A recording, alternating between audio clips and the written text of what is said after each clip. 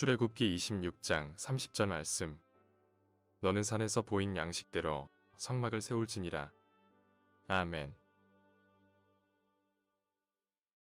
출애굽기 26장 30절 말씀을 통해서 성막을 세울지니라 하는 주제로 2주간에 걸쳐서 여러분들에게 하나님의 말씀을 증거하도록 하겠습니다.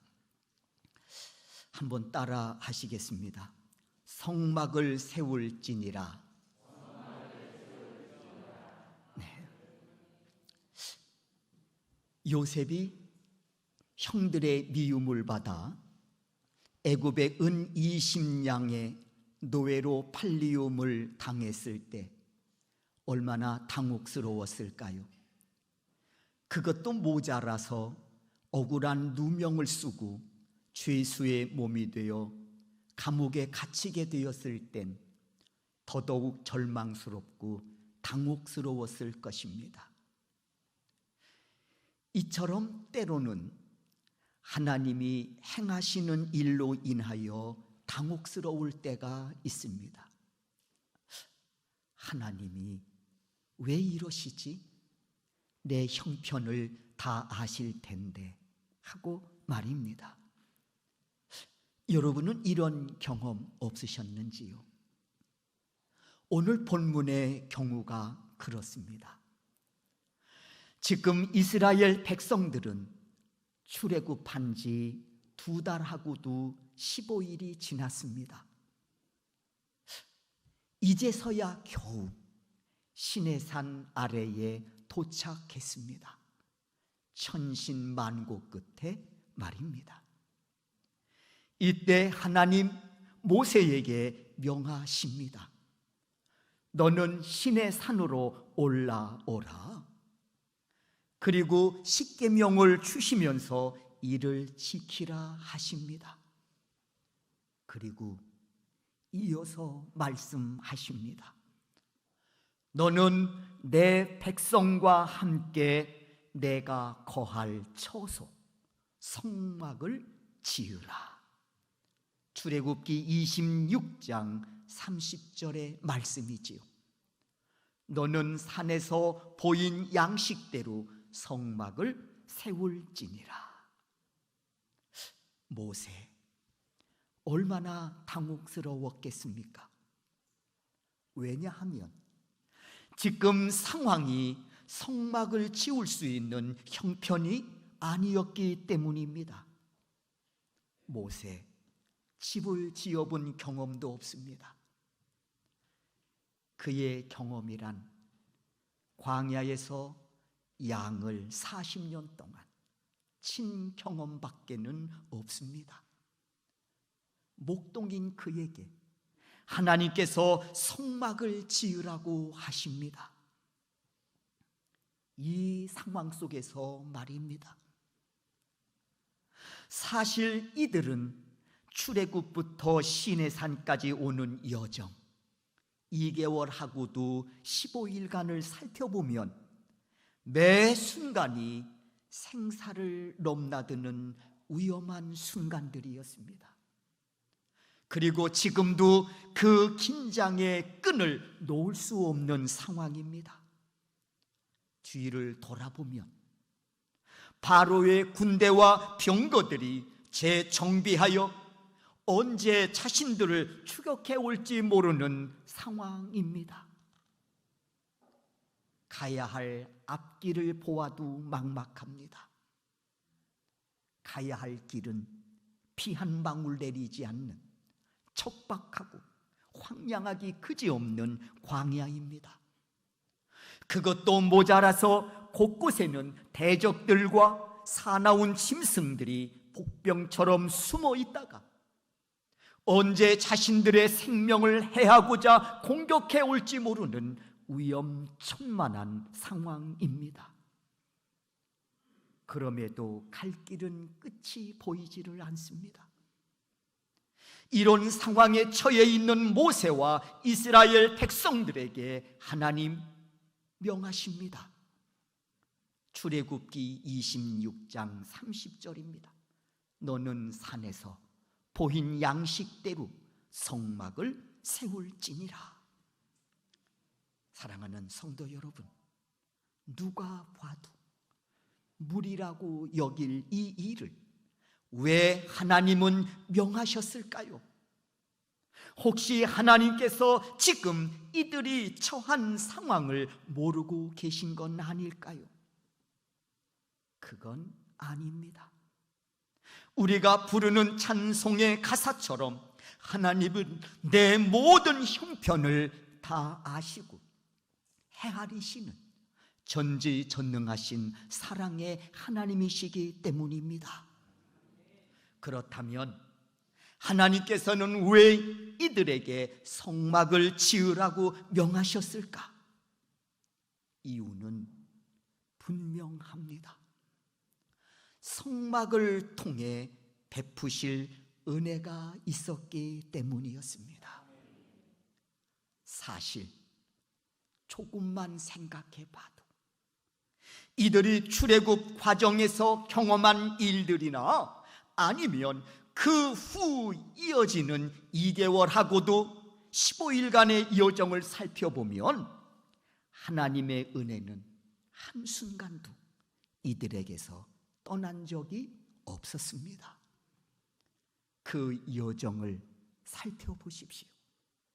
자신들의 생명을 해하고자 추격해 오던 바로의 군대와 병거들이 더 이상 다가오지 못하도록 빛과 어둠으로 나누사 지켜주심은 하나님의 은혜였습니다. 그리고 홍해의 장벽이 앞길을 가로막고 있을 때에도 밤새 동풍으로 홍해 바닷길을 여시고 육지처럼 건너게 하심도 하나님의 은혜였습니다. 마실 물이 없어 염려하고 근심하고 있을 때 마라의 쓴물을 단물로 바꾸셨을 뿐만 아니라 반석을 쳐서 생수를 나게 하심으로 시원한 물로 목마름을 해결해 주심도 하나님의 은혜였습니다. 갈 바를 몰라 방황할 때 낮에는 구름 기둥으로 인도하여 주실 뿐만 아니라 밤에는 불 기둥으로 보호하심도 하나님의 은혜였습니다. 또한 만나와 메추라기를 일용할 양식으로 공급해 주심으로 줄이지 않도록 배불리 먹여 주심도 하나님의 은혜였습니다. 그리고 무엇보다 르비딤을 지나면서 아말렉과 치룬 전쟁에서 승리할 수 있도록 역사하여 주신 사실도 하나님의 은혜였습니다. 이렇게 이스라엘 백성들이 출애굽한 후 시내산 아래에 당도하기까지 2개월 하고도 15일간의 여정을 살펴보면 그때마다 하나님이 베푸시는 은혜로 오늘 여기까지 올 수 있었음을 알 수 있습니다. 그렇습니다. 이렇게 때마다 시마다 하나님께서 베푸신 은혜는 이들이 당면한 극박했던 상황들을 넉넉히 감당하고 뛰어넘게 하심으로 오늘 여기까지 오게 하신 것이지요. 그리고 하나님 그들에게 말씀합니다. 이제 앞으로 그와 같은 은혜를, 이제 앞으로 그와 같은 은혜를 너희가 지을 성막을 통해 베풀 테니 너희는 성막을 지으라 명하십니다. 사랑하는 성도 여러분, 이것이 하나님께서 이들에게 성막을 지으라 명하신 이유입니다. 여러분, 어떻게 생각하십니까? 이런데도 성막을 지으라 명하심이 이들에게 당혹스러운 일입니까? 그렇지 않습니다. 그런데도 인생은 때로 하나님의 명하심에 당혹스러워하고 힘겨워할 때가 있습니다. 왜일까요? 그 이유는 선하신 하나님의 뜻을 다 헤아리지 못하고 바라보지 못하고 깨닫지 못하기 때문입니다. 그래서 의심하고 그래서 때로 불순종하게 되는 것입니다. 그런데 오늘 이스라엘 백성들은 그리고 모세는 달랐습니다. 성막을 지으라 명하신 하나님의 말씀에 순종하여 9개월 만에 성막 건축 공사를 마칩니다. 그리고 그 성막을 통해서 펼치실 하나님의 선하신 뜻, 하나님의 은혜를 자신들의 것으로 쟁취해 나아갑니다. 그렇다면 그 성막을 통해서 펼치실 하나님의 선하신 은혜는 무엇일까? 이제 그 은혜를 여러분과 함께 2주간에 걸쳐서 함께 살펴보려고 합니다. 바라기는 아멘으로 화답하는 여러분 역시 이 은혜의 주인공이 되어 오늘을 살아가는 복 있는 성도 되시기를 주의 이름으로 축원합니다. 첫째로 여호와 하나님께서 그들에게 거하심으로 함께 하심의 은혜를 베풀고자 하심이었습니다. 이는 임마누엘의 은혜이지요. 출애굽기 25장 8절의 말씀을 보면 하나님께서 모세에게 성막을 지으라 하신 이유가 나옵니다. 우리 한번 읽겠습니다. 읽습니다. 시작.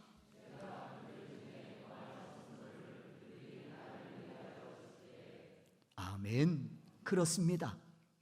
하나님께서 성막을 지으라고 하신 첫 번째 이유가 자기의 백성 가운데 친히 거하시어 그들과 함께 하시기 위함이었습니다.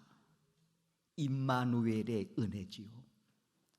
사랑하는 성도 여러분, 지금 이스라엘 백성들은 어떤 상황에 처해 있습니까? 천신만고 끝에 바로의 학정에서 탈출하여 광야로 나왔지만 앞으로 계속해서 하나님의 약속하신 땅을 향해 진군함이 결코 만만치 않습니다. 그것은 그간 2개월 15일간의 여정이 분명히 말해주고 있습니다. 그런데 앞으로 이들이 나아갈 길은 이보다 더 험하고 이보다 더 열악하고 이보다 더 위험천만한 길이 기다리고 있는 겁니다. 자신들의 힘으로는 능으로는 결코 갈 수 없는 길입니다. 이들에게 한마디로 절망입니다. 이때 하나님께서 모세와 백성들에게 명하시기를 내가 거할 성막을 지으라고 말씀하고 계신 겁니다. 이로써 내가 너희 가운데에 거하고 이로써 내가 너희와 함께함으로 반드시 그 약속의 땅을 밟게 하시겠다는 것입니다. 그런데 여러분, 이 사실을 아십니까? 이 약속의 말씀은 비단 이때만 주신 말씀이 아니라는 것을 말입니다. 진작 주셨어요. 그렇습니다. 사실 하나님께서 내가 너희 가운데 거함으로 너희와 항상 함께 하리라고 하는 이 약속의 말씀은 비단 이때만 주신 말씀이 아니라는 것입니다. 일찍이 아브라함에게도 이삭에게도 야곱에게도 요셉에게도 한결같이 공통 분모로 주신 약속의 말씀이었습니다. 즉 하나님을 의지하고 신뢰하는 믿음의 사람들에게는 시대를 불문하고 누구에게나 주셨던 말씀입니다. 그리고 하나님은 이 믿음의 사람들이 곤경에 처할 때마다, 위급한 일을 당할 때마다 신실하게 그 약속의 말씀을 지키심으로써 넉넉히 승리할 수 있도록 인도하여 주셨습니다. 사랑하는 성도 여러분, 이제 오늘을 돌아보십시오. 오늘을 돌아보십시오. 하나님은 그 약속하신 은혜의 말씀을 최고점으로 올려 우리에게 함께 하심의 그 은혜를 주셨다는 사실입니다. 이스라엘 백성들에게는 성막을 통해서 그들 가운데에 거하시고 성막을 통해서 함께 하심의 은혜를 베푸셨지만, 오늘 우리에게는 그 성막의 주인 되신 바로 예수 그리스도를 통해 우리에게 이 은혜를 주셨다는 사실입니다. 마태복음 1장 21절을 통해 말씀합니다. 아들을 낳으리니 이름을 예수라 하라. 이는 그가 자기 백성을 그들의 죄에서 구원할 자이심이라 하니라. 그리고 이어지는 말씀이 있습니다. 마태복음 1장 23절입니다. 우리 다 같이 함께 읽겠습니다. 시작.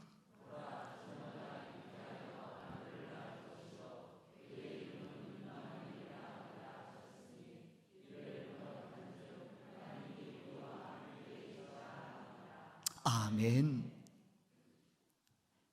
그 이름을 임마누엘이라 하리라. 이를 번역하니 하나님이 우리와 함께 계시다 함이라. 동행하심의 은혜입니다. 함께 하심으로 동행하심의 은혜. 이 시점에서 우리가 반드시 생각해야 할 것이 있습니다. 출애굽한 이스라엘 백성들이 하나님의 함께 하심과 동행하심의 은혜를 입어 그들이 달려간 최종 목적지가 어디입니까? 하나님께서 약속하신 축복의 땅, 가나안 땅입니다. 그렇다면 오늘 우리의 인생의 최종 목적지는 어디입니까? 오늘 우리의 인생의 최종 목적지는 어디냐는 겁니다. 죄의 삭슨, 사망이든 죽음입니다. 그렇습니다. 이것은 조금만 생각해도 부정할 수 없는 현실입니다. 사실입니다. 그러나 사랑의 하나님, 구원의 하나님, 이를 지켜만 보고 계실 수가 없었습니다. 그래서 마태복음 1장 21절을 통해서 말씀하십니다. 아들을 낳으리니 이름을 예수라 하라. 이는 그가 자기 백성을 그들의 죄에서 구원할 자이심이라 하니라. 사랑하는 성도 여러분, 이 말씀의 의미가 무엇이겠습니까? 전 이렇게 생각합니다. 너의 최종 인생의 목적지를 내가 바꾸어 주겠다. 그러니 예수 그리스도를 믿고 죄 사함 받아 인생의 최종 종착역을 바꾸어라. 죽음을 영생으로, 지옥을 천국으로. 그리고 그날까지 내가 너와 함께 함으로 끝까지 동행하리라. 이 약속의 말씀인 줄로 믿습니다. 그리고 예수님 요한복음 5장 24절을 통해서 선포하십니다. 우리 다 같이 요한복음 5장 24절을 읽겠습니다. 읽습니다. 시작.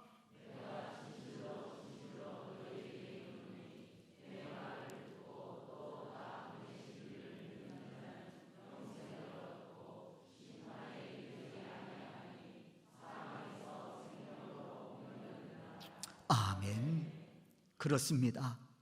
하나님께서 이스라엘 백성들에게 성막을 통해 은혜를 베푸셨듯이 오늘 우리에게는 주님의 몸된 성전을 통해서 이 은혜를 주십니다. 사랑하는 성도 여러분, 잊지 마십시오. 이 은혜의 수혜자가 바로 나 자신이라는 사실을 말입니다. 그로 인하여 오늘 내가 죄 사함 받고 하나님의 자녀 되어 하나님의 함께 하심의 은혜로 오늘을 살아가고 있다는 사실을 잊지 않기를 바랍니다. 그리고 이 사실을 뼛속 깊이 깨닫고 살아간 사람이 있었습니다.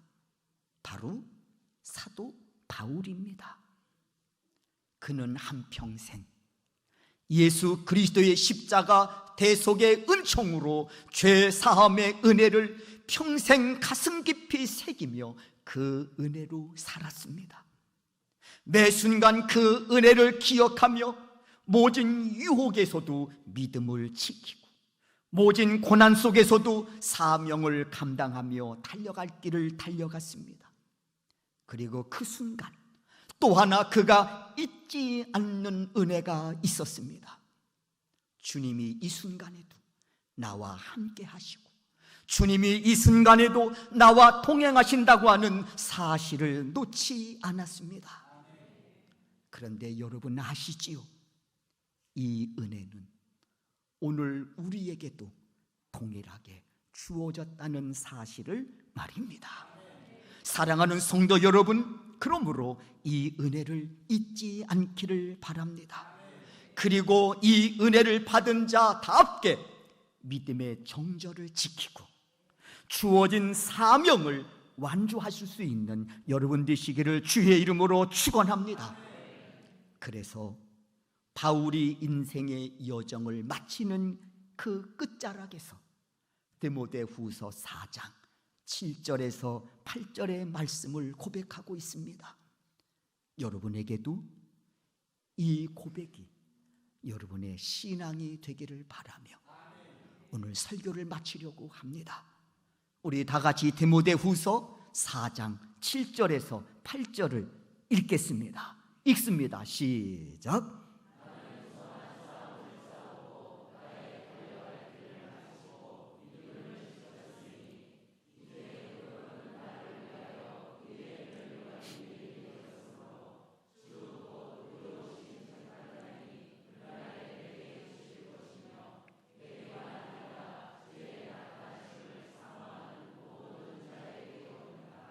아멘, 아멘. 기도하겠습니다.